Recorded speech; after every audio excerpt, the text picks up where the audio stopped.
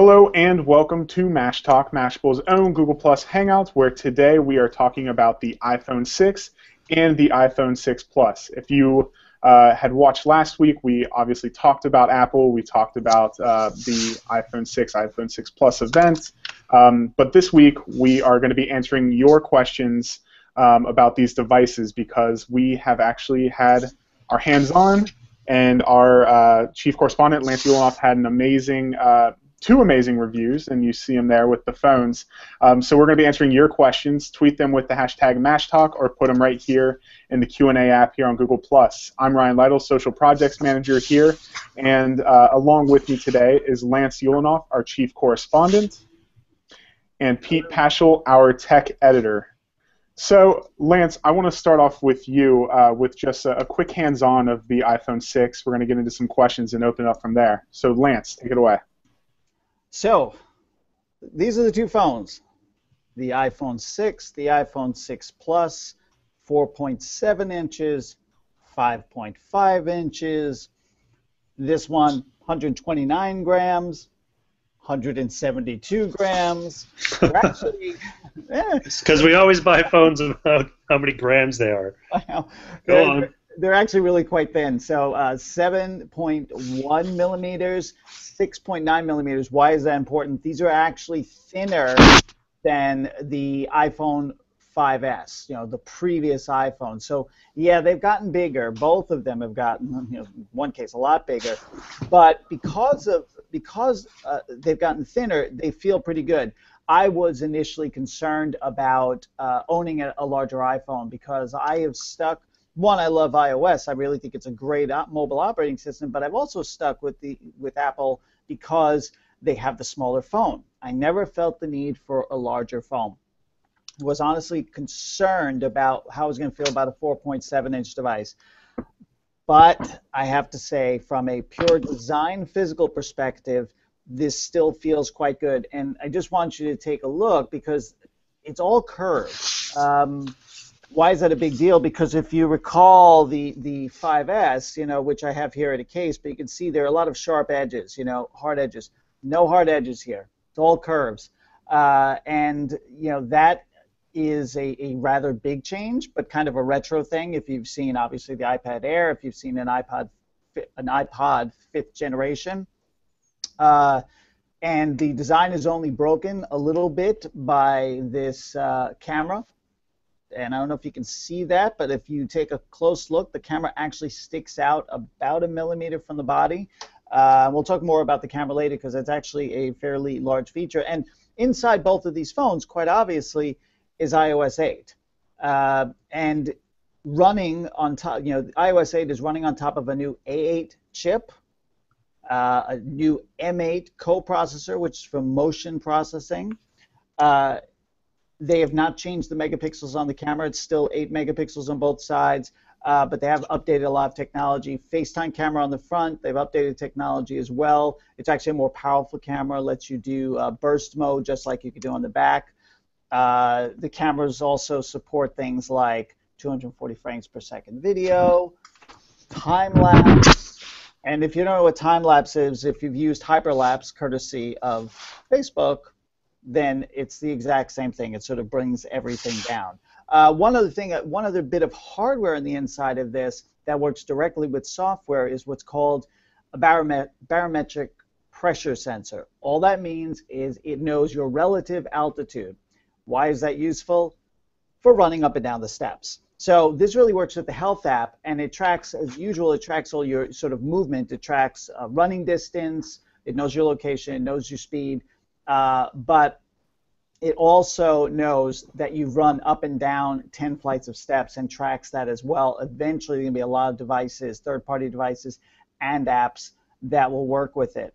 Let's see. Oh, I didn't want to forget the screens, and they look pretty good on a Google Hangout, but they're actually what's called Retina HD. We all remember Retina displays, right? A resolution so high you could not perceive it. Guess what? Apple realized all the competition was going higher than that, so it went higher too, and now it has a Retina HD display, which looks quite beautiful, on both devices.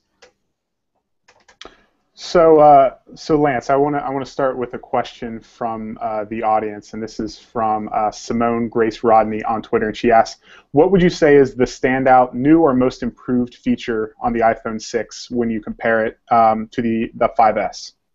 You know, that is a tough one. I tend to fixate a little bit on the cameras, on the photographic capabilities, but keeping in mind it's still an 8-megapixel camera, so that is kind of exciting. iOS 8 offers a lot of sort of great utility features that make just make this easier to use, better messaging, better notification management. Even the keyboard now has, and this is important because you spend so much time typing. I'll bring up a keyboard with Notepad, and you can see. And basically, I'm going to add one, and then I want to bring up. So I don't know if you can see this new keyboard here. It's got what's called quick type. You see that? And that's predictive. I'll bring it up a little bit higher, Lance. Sorry. There you go. That's quick. So that gray bar along the top of the keyboard is called QuickType, and it is obviously predictive information for typing. Instead of the little, but you can still get the black bubble, which shows you the correct spelling. But this is real time. As you're typing, it is almost word wheeling, really fast to give you the correct spelling, the right contextual information, and it actually learns. The more you type, the more it learns. This actually will get smarter on almost a per app basis, meaning where you're working within iOS 8, it's going to improve. And I found that kind of fun and useful. And of course, I'm showing you this on the iPhone Plus, and you may notice there's actually extra special keys on the side because you have more room in this keyboard. So that's actually a pretty cool feature and something you're going to touch essentially every single day. Pete, kind of from what you've heard of the iPhone 6, what would be the feature or either new or most improved feature that really is a standout for you? Well, I think Lance, you missed the most obvious. It's the screen. It's the display. It's the biggest iPhone, even if you take away, short of the 6 Plus, which goes crazy big. But the 6 is, that is these new iPhones are all about the screens. Apple knows now that it can't get away with a 4-inch phone anymore, and nor should it. I wrote about this about a week ago where it's not so much our hands have gotten bigger. It's that phone design has gotten better, and so has mobile user experience and mobile user interface design. Now a big screen does not mean big trade-offs. So you can go as big as 4.7 and have an experience that is, in terms of usability, pretty much what we had with 4 inches, a year and a half, 2 years ago. So what that opens up for everyone who's going to buy an iPhone from here on out is, you have more. You just have more stuff, and Lance showed a bit with the keyboards and other stuff. But just for every single thing you do, for every app, for every article you're reading, for every bit of, functionality that you kind of had to scroll for, look around for, do in another app, now more of that is going to be on your screen at once, and that's just going to lead to more convenience all around. So, if you've ever found your iPhone small, and I don't think anyone in this day and age who owns an iPhone hasn't found it small at some point.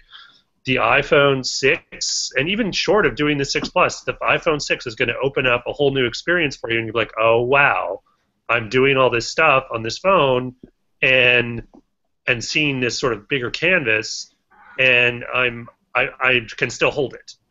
Whereas the 5.5 inch, you're going to start running into the more usability issues. But it's obviously multiplies that. So these iPhones are all about the screens. There's a lot of other stuff too that Lance has mentioned, but this is why this is such a huge turning point in iPhone history, and I think why we're seeing a lot more interest, because people who were tempted from Android to Android because of those bigger screens, now are like, oh wow, Apple has this too, and this is supposed to be such an awesome phone. Maybe I should get it. Right. Well, obviously, I didn't mention the screen because I thought it was so obvious. But Pete's right. What I'm doing right now is showing a movie playing on both of these screens, and the experience is remarkably different than playing it on the iPhone 5S. It's just that real estate makes it a more cinematic experience. Obviously, if you're really into watching movies all the time, you might want to get the Plus, even though it's really big.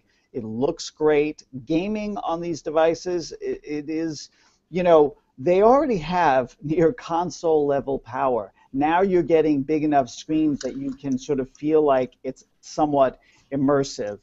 So I understand why people might want this, but for me, ultimately, even though I think this is an excellent phone, if I'm going that big, then I'm thinking about, I must probably want an iPad mini because I have to do other stuff.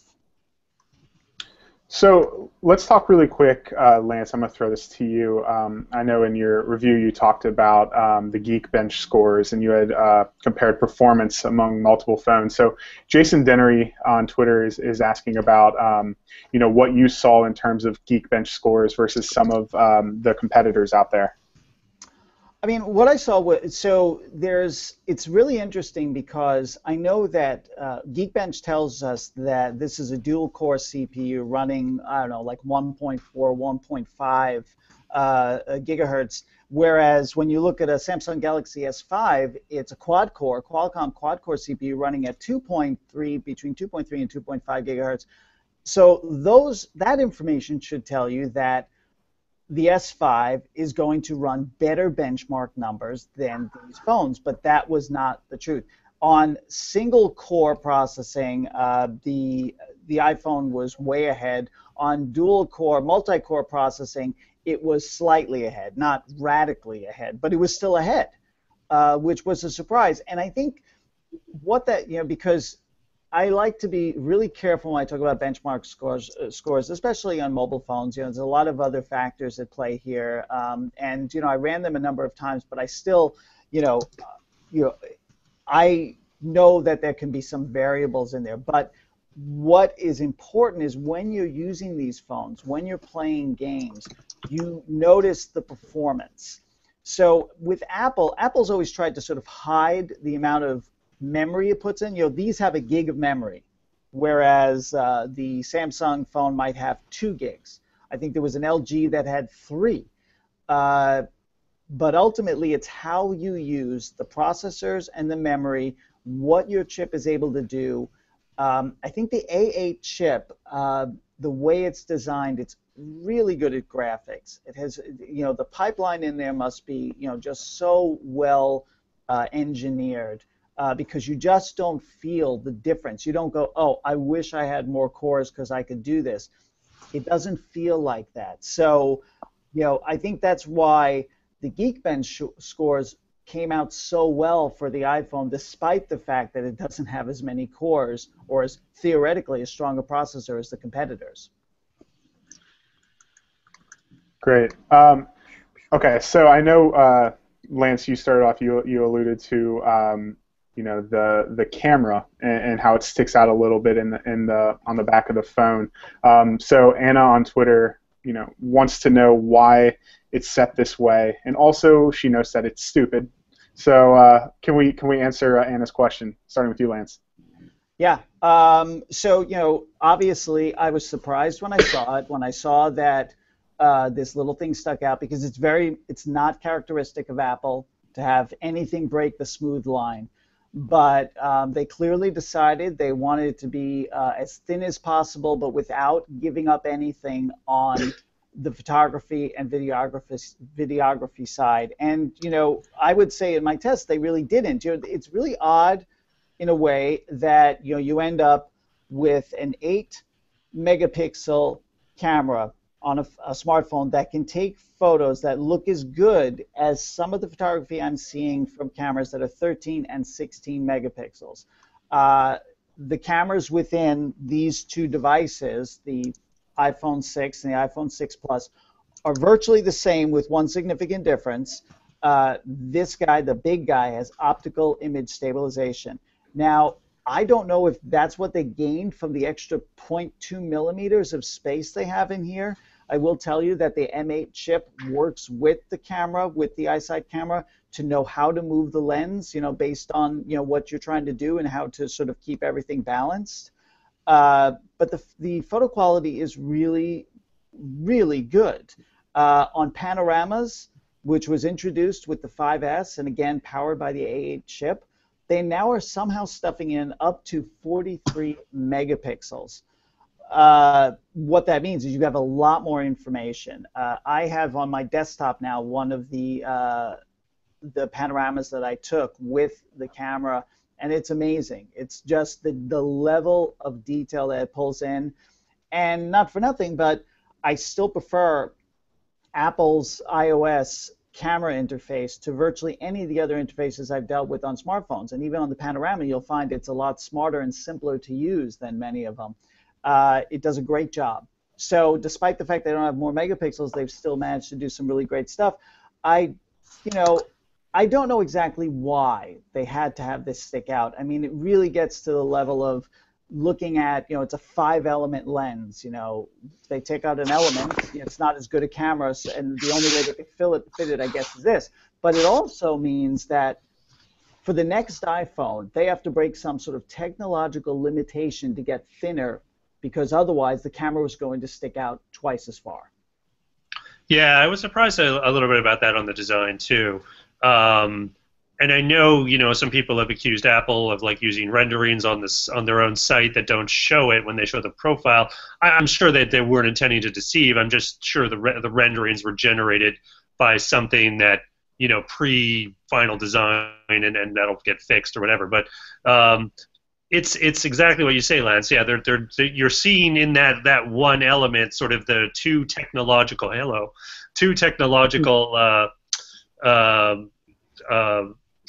the technological progress competing with itself. So you're getting thinner and thinner and thinner, plus the camera is getting more and more sophisticated, and you finally see those two things kind of butting heads. So yeah, it's a little too bad. I've dinged other manufacturers for protruding cameras. It seems like consumers don't care so much, particularly when a significant chunk of the buying public will probably just put it in a case anyway. So you kind of get this okay, let's do a better camera that is like this, has all these features, and people will just live with the profile. Yeah. Problem is, it's going to be, I don't know, I haven't used it enough. Have you encountered any situations where that protrusion is a little bothersome? No, not at all, and for a very important reason. I have carried them with a case. One of their, they have the leather cases, and they have the silicone-covered cases, and you'll notice the little hole there, right? Well, the thickness of this case is almost exactly the same as the amount that the lens protrudes. So guess what happens? It's zero sum. You end up with a flat, sort of a smooth thing. So no question I'm going to catch it. As I said in my review, these guys are so curved, so smooth, they're almost a bit slippery. I don't think I would ever carry it without at least some kind of case on it, and I think these cases are great. Here's the thing, that bothers me too, because I'm an anti-case guy. I'm like with Steve Jobs a little bit. Steve Jobs never publicly said this, but I always felt that he was designing these flawless products, I mean design-wise. They can put so much emphasis on design. And, there's the anecdote in his biography about how his father taught him the back of the cabinet should look as good as the front, even though no one's ever going to see it, this kind of thing. So, putting a case on it just as, I don't want to do that. And, fundamentally, I mean, it thickens up the phone a bit. I mean, sure, there's the protrusion now, but I mean, I just want the thinnest possible thing in my pocket, because I usually carry, and admittedly, I'm an outlier, but I usually have 3 phones on me at any time, like an iPhone, and Android, and maybe some other model. So, I have a lot of stuff in my pockets. I want really, really, the thinnest possible thing. So the fact that the iPhone might be a little bit slipperier, and I might, it might fly out of my hands when I'm trying to do something which I've had other phones do. If you've ever tried to use the Nokia 1520, which is their big phablet, which is also has a great camera, but I found that using it as a camera, it was so thin and slippery, I would constantly be dropping it. I hope that doesn't happen with the iPhone 6, but yeah, I don't know. That's another thing. Another reason I probably wouldn't want a 6 Plus, because that slipperiness kind of gets exacerbated when your fingers are further apart and you just have less of a confident grip on it. But so I'm glad you mentioned the sort of like the size and grip issues with especially the 6 Plus, because the one thing I didn't mention is this little feature here. Let's see if I can do it. I'm missing the button. So I don't know if you just saw that. What I did is I tapped gently. I just tapped on the home button twice. That's called reachability. And what happens is you double tap and things just drop down, because at some point, I'll show you here, your thumb is not going to reach to the top of a 6 Plus. And for some people, what's really interesting is some people, you may actually have trouble. Now, I don't, but some people may have trouble reaching the top of the 6. So it also does the exact same thing. So that's their little reachability thing on that side. And then, of course, a bigger phone gives you, cool features like a menu system like that, where you've got it on the side, which you only have on like the iPad, and an email, without letting you read all of my email. Let's see. All right. Quickly, we'll read all of my email. But you can see that you've got an inbox and the mail and the message. So that's a benefit of this gigantic phone. Yeah. Since we're on the topic of the actual size of these phones, we had a question from Stephanie Brink on Twitter who asked, how big do your hands actually have to be to hold these phones? And I know, Lance, in one of your reviews, we actually have a chart that shows how big how big your hands have to be to actually reach across. So, in your experience, you would say that you've had a much better experience with the 6. Yeah, I mean, okay. So here's my hand. It's an average size hand. The fine-looking hand, Lance. Thank you. And so, obviously, this is the iPhone 6. And I've owned the iPhone 4, which is a much smaller phone, and I never wanted to get a bigger phone. I'd say that this is the limit. This is the size limit for me for feeling like, and I still, my hands reach around quite, my fingers, I have long fingers, they reach around quite easily, but obviously there are people with much smaller hands, and hand size does usually go along with height. I have met a number of taller gentlemen who have all expressed the desire to own the 6 Plus. Almost super. It seems that if you're over 6'2", or maybe over 6'4", you're into this range. And not for nothing, but I think we all remember that as Samsung was really pitching its Galaxy Notes out there, it was using LeBron James. So everything looked smaller. He was a giant guy, and huge hands, but it looked like a regular-sized phone. So, it's one of the reasons why even though I'm not going to get the 6 Plus, I recommend it for people who want a phablet. This is one of the best out there, if not the best. I mean, it's a really good phone. So reachability, the double tapping of the thing, that works for you? That does it for you? Yeah, I know some people think it's ridiculous. I think it's good. I don't think it's necessarily ridiculous.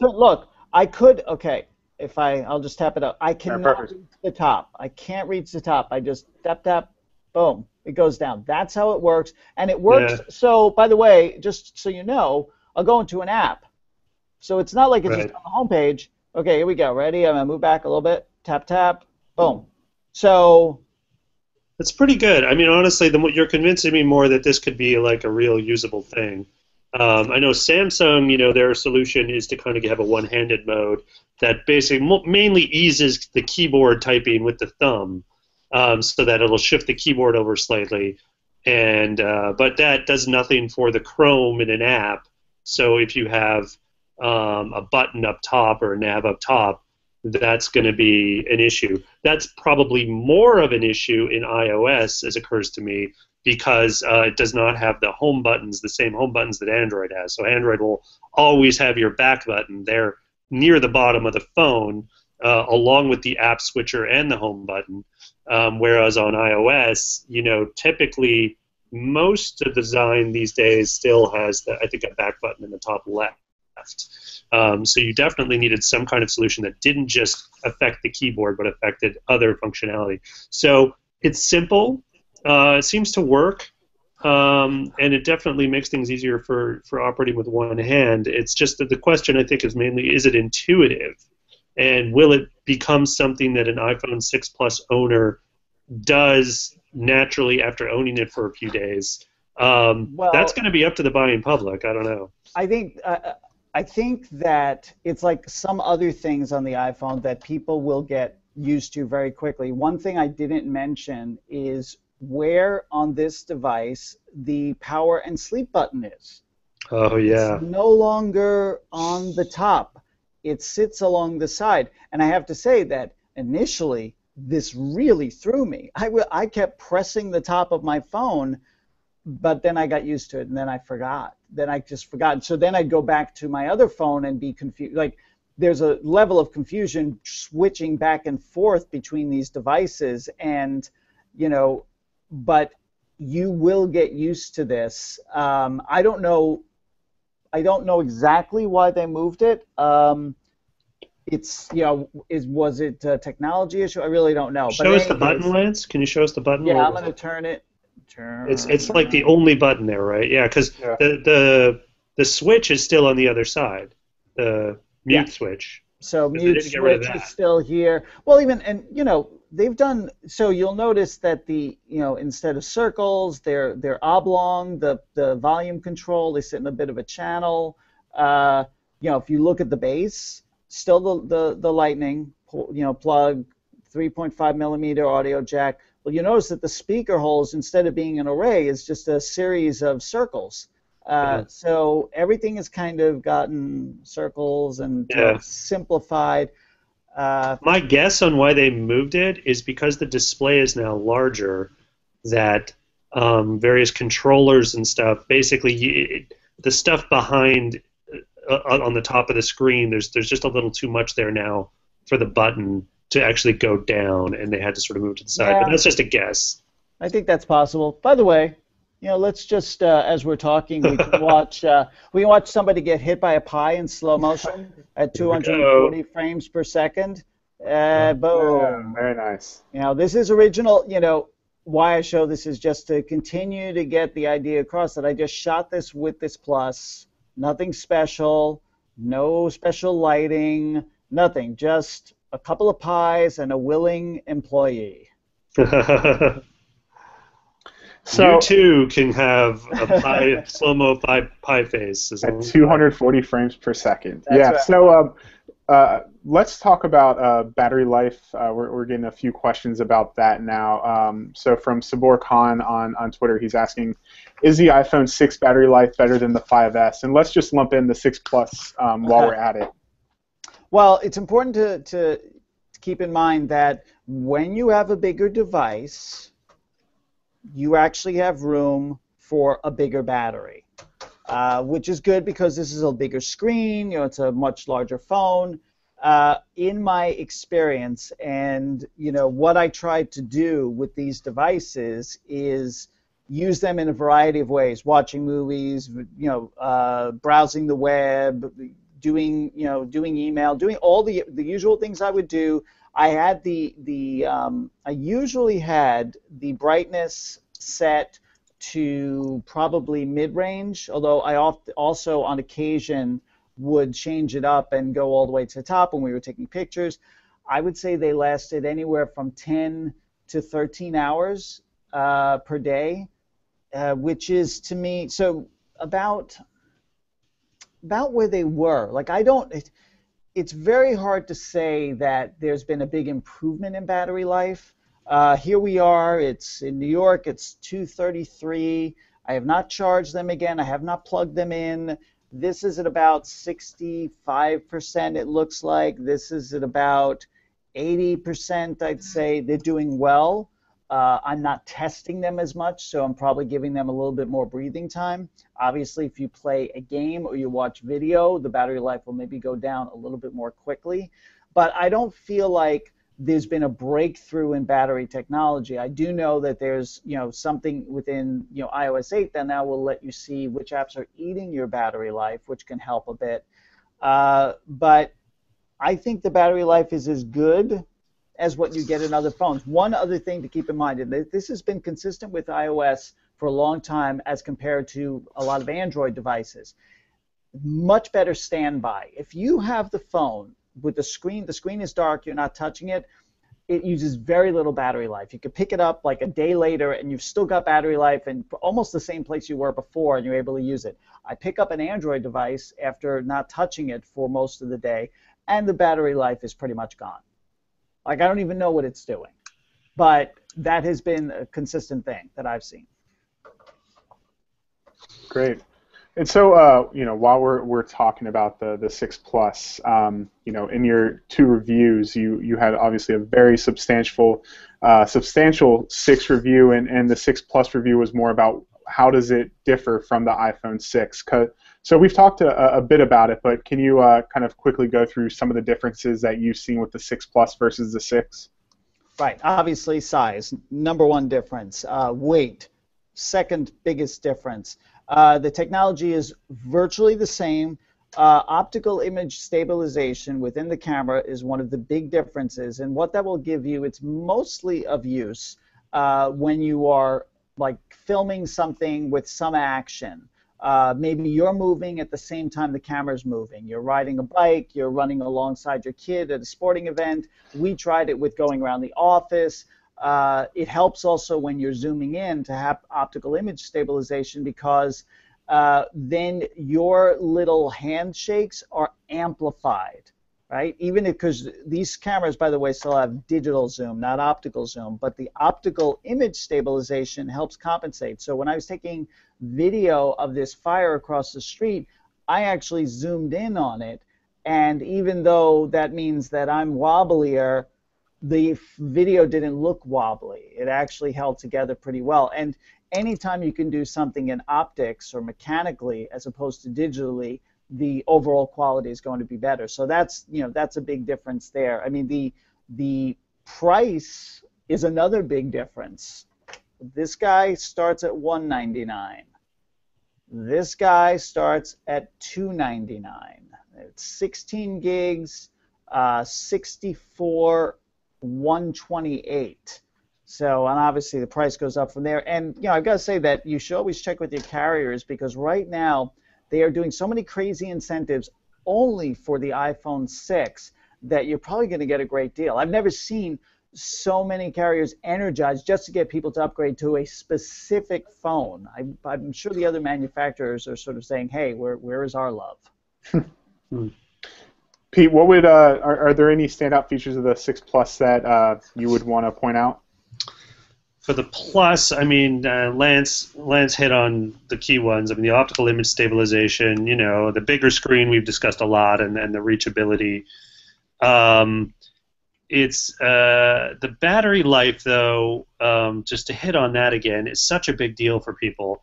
And the 6 Plus is going to give you better battery life. Apple rates it at considerably more.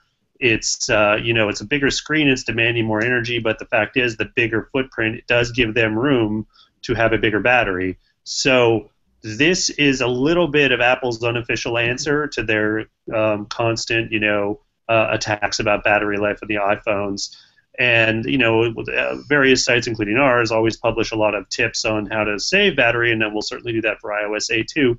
But iOS 8 also gives you tips on what's going to taxing your battery. It's a brand new feature in iOS 8. In your settings, you can actually go look at battery usage, and you will be able to track down those apps. So that's not specific to the iPhone 6 Plus. It's not even specific to the 2 new iPhones. But we're entering kind of a new era of battery life on the iPhone on the iPhone platform. So I think that's, like Lance said, tall people, people who want that big screen, and I think a good chunk of people who just have been frustrated with the 5S battery and are like, well, I don't love or hate the big screen. I just know this is at least gonna go all day, given everything I'm gonna demand on this phone. So I'm gonna go with the 6 Plus. So that's another reason to go for it. Of course, it's gonna cost you. It is gonna cost you, yeah. Okay, so we've talked about the 6, we've talked about the 6 Plus. A lot of people are obviously asking us, which one are you leaning toward? Personally, obviously, we can't tell you guys the one you should personally buy for yourself because it's gonna obviously differ between person. But Lance, I see you're holding one of them, so explain your reasoning. So this is the iPhone 6.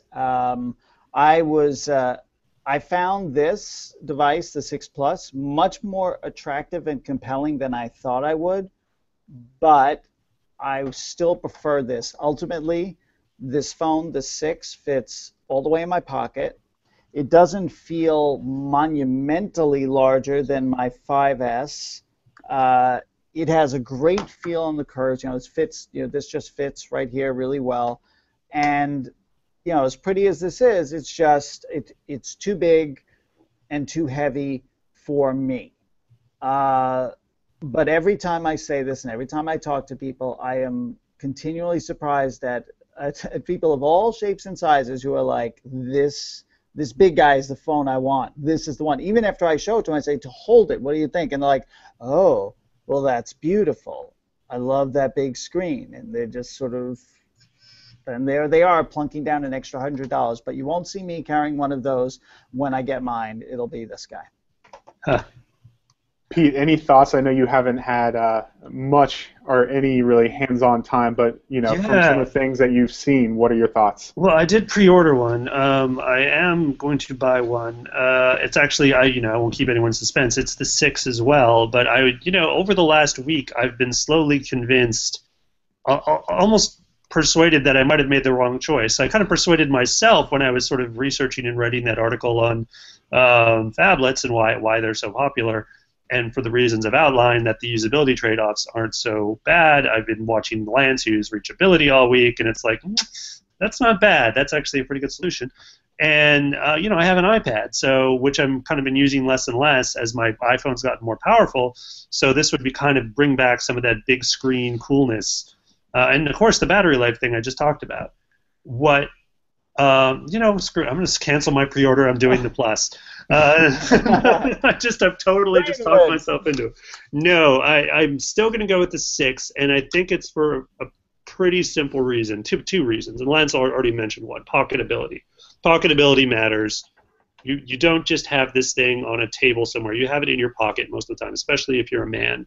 Women, they have the small hand issue, but at least they have handbags most of the time for them to put things in. So that's another sort of factor to consider. But, pocketability matters. And the other one is, honestly, I still make phone calls.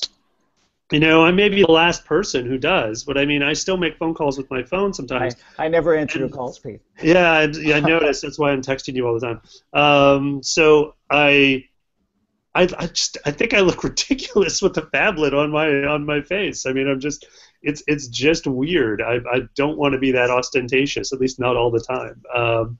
It's a weird thing to call people with.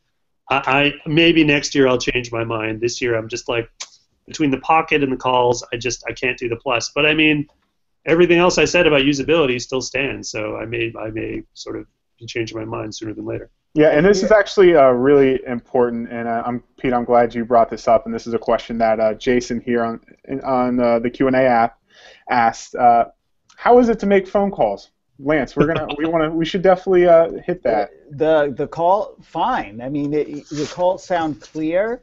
It's easy enough to ring people up. Nothing has changed.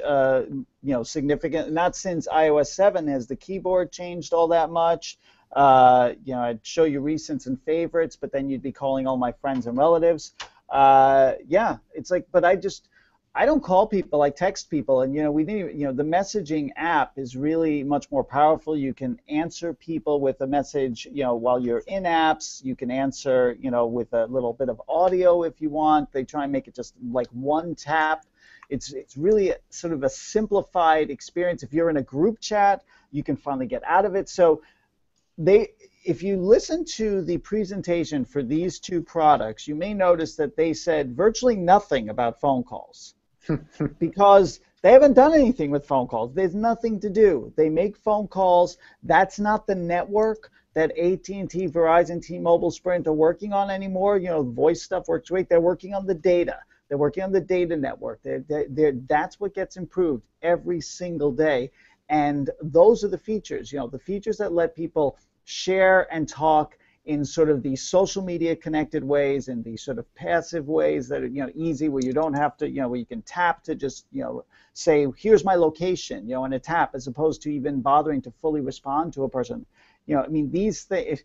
Look, eventually when we get the Apple Watch, we're going to be able to respond with our heartbeat. I mean, no one cares about voice anymore. They just care about what can ride on data, and these guys do that quite well.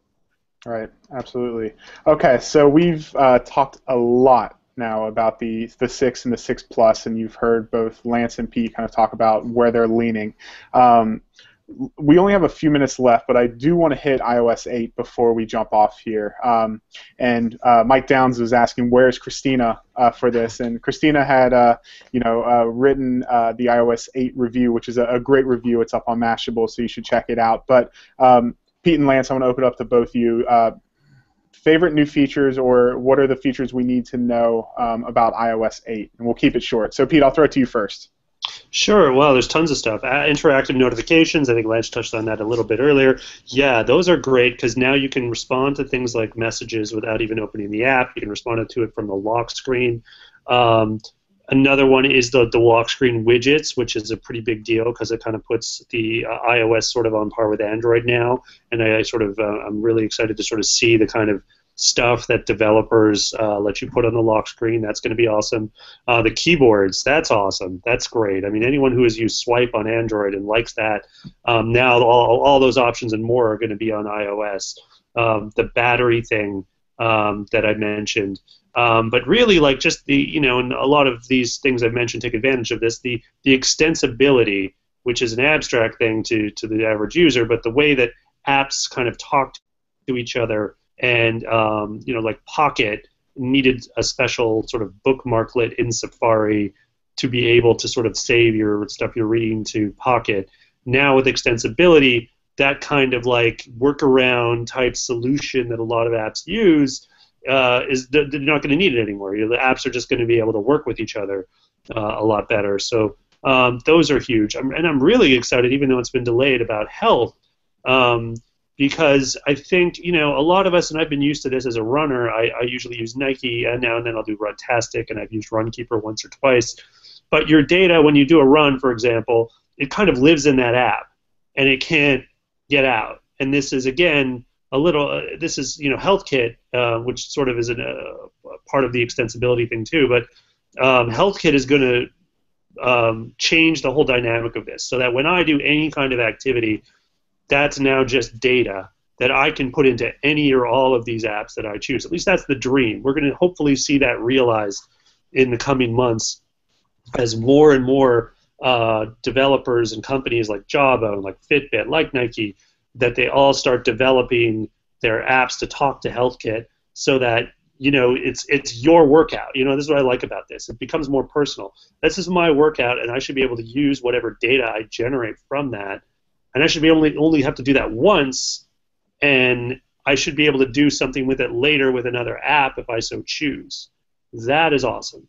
Lance, what am I missing? Sorry, I'm doing this mimic memory. I don't know that you're missing anything. I think you talked about Did you mention continuity? Ooh, continuity. Yeah, why don't you explain that one? Yeah, with continuity means you get to start something here and continue it on other iOS connected iOS 8 devices, and even Yosemite on the Mac. So feel comfortable just putting down your phone, continuing the conversation on your PC, your Macintosh PC. So this is going to be a pretty powerful thing. It's not all in place because Yosemite has not arrived, so it's coming.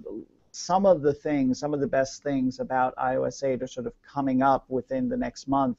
I've got the Health app open because I've been using it the whole time, and this quantification of self is, most useful in the health arena, and Apple recognizes that. And I think by starting and creating a place where already it knows my steps and my flights, and that when I get other apps and other pieces of technology I can plug into it, I'm really going to start to build this health profile, all the things that'll show me whether or not I'm doing what I need to do, and it can be shared with health professionals. I mean, that could be a very big deal, depending on how people feel about this kind of data collection and the possibility of losing control of it. I don't know if you mentioned iCloud Drive as a place to store all your stuff, and have your photos, and there's now two-factor authentication. They're really trying to make it more secure.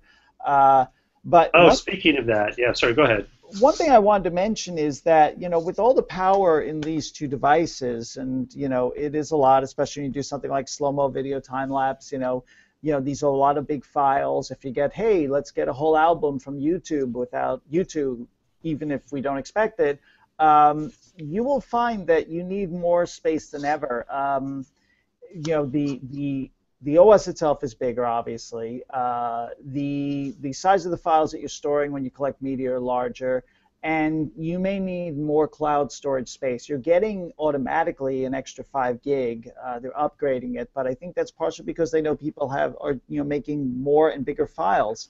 And I think that over time, people are going to realize they need more space. And I think it's also funny that the folks that have to upgrade to iOS 8 are sometimes trying to do it on 8 gigabyte devices, where just to download the new iOS, you need 5.8 gigabytes free.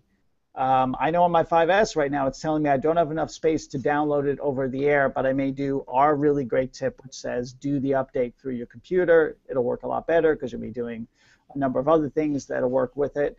But yeah, other than that, on the iOS 8 front. Well, there's like we touched on it with the Drive stuff, but there's going to be the new Photos app that will have a corollary on OS 10. They're dropping both iPhoto and Aperture and kind of just having one photo program called Photos going forward. But I mean, with iCloud Photo Library, which is also part of this whole transition, things are going to get just more simpler, and it's going to be kind of an all-encompassing photo management solution, which I've really been looking forward to, quite frankly, because I have a lot of old photos that I keep in Aperture. My Aperture library is a little out of control. My wife and I, we both take a ton of photos. We have kids. So, I mean, we've been kind of looking for something a little simpler, and I'm really hoping this is it. Because it's sort of the promise of it is like everything, as long as you're going to have to pay for a little storage, which isn't a lot now. It's something like, I think it's about $3 for 500 gigs, but don't quote me on that. Look it up. And then you have 500 gigs in the cloud, and basically you can back up everything there and more or less access at any time, both photo and video. I could be wrong, but as long as you're paying for it, it's your storage, so it's whatever you want. And this is going to really change things, I think. I mean, Amazon sort of changed the game a little bit, and with the I'd say a little bit because that phone's not selling well. With the Fire Phone, the unlimited photo storage at full resolution in the cloud was kind of a thing. This is kind of that. Now you don't have to worry about freeing up space as much anymore, like making sure it's backed up, making sure you have those photos somewhere. As long as you're, again, paying that $3 a month, it does cost you a little bit of money. You don't have to worry. It's all just going to be backed up for you, and that's going to be kind of a big benefit. Yeah, I think people are going to have to, yes, there was a lot of controversy with what happened, the iCloud space, and definitely a lot of it had to do with people's own poor security. But cloud-based storage is something we're all probably gonna have to get on board with it, because otherwise you're just gonna keep buying hard drives for your house, trying to remember to back them up and to make sure that their health is good. Whereas if you use the cloud, you don't have those worries. You just have to worry about how much space you want to buy. They'll take care of everything else, which I think is kind of a big benefit. And by just going back briefly to the photo thing, there is no iPhoto app anymore. There's just Photo, and Photo is where your photos are stored and where you can edit all of your photos. The editing tools are not really intense, but they're good. Great. Okay, well, that was an amazing conversation. Obviously, want a big thanks to Pete and to Lance for sharing their expertise. To all of you on Twitter who were sharing your hashtag MashTalk questions. To those of you here on Google Plus asking questions in the Q&A app. Let's keep this conversation going. Obviously, the phones are in stores, officially in stores, on Friday, September 19th. So tweet us using the hashtag MashTalk. Tell us if you're going to get one of the new iPhone models, if you're going to go for the 6 or the 6 Plus, and let's keep this going. So thank you all again so much, and we'll talk to you soon. Okay, see ya. Bye-bye. Pursuit Suicide.